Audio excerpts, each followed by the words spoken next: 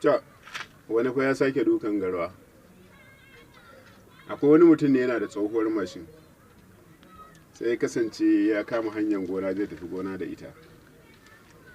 To ya zo saitin wata gona, kawai sai mashin in ta fara jikin babu mai, kuma hasali ma mashin ainihin bata da kyau ne.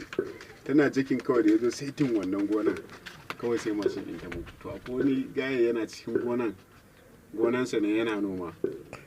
Gonan masara ne ya yi tsawo sosai, ba za ka ga mutum ba kana bakin hanya. To yana ciki yana noma, irin masu ɓaran nan ne wanda bakin su baya zama shiru. Sai ya fara, yar ka gudu ka samu lafiya, yar ba kwa son sa mai a mashin kaza kaza kaza. Yana fitowa kawai sai ga ya surke shi ne. An yi auren ma bai fi da wata ɗaya ba, kawai oga ya wani abautan ya wani ribas.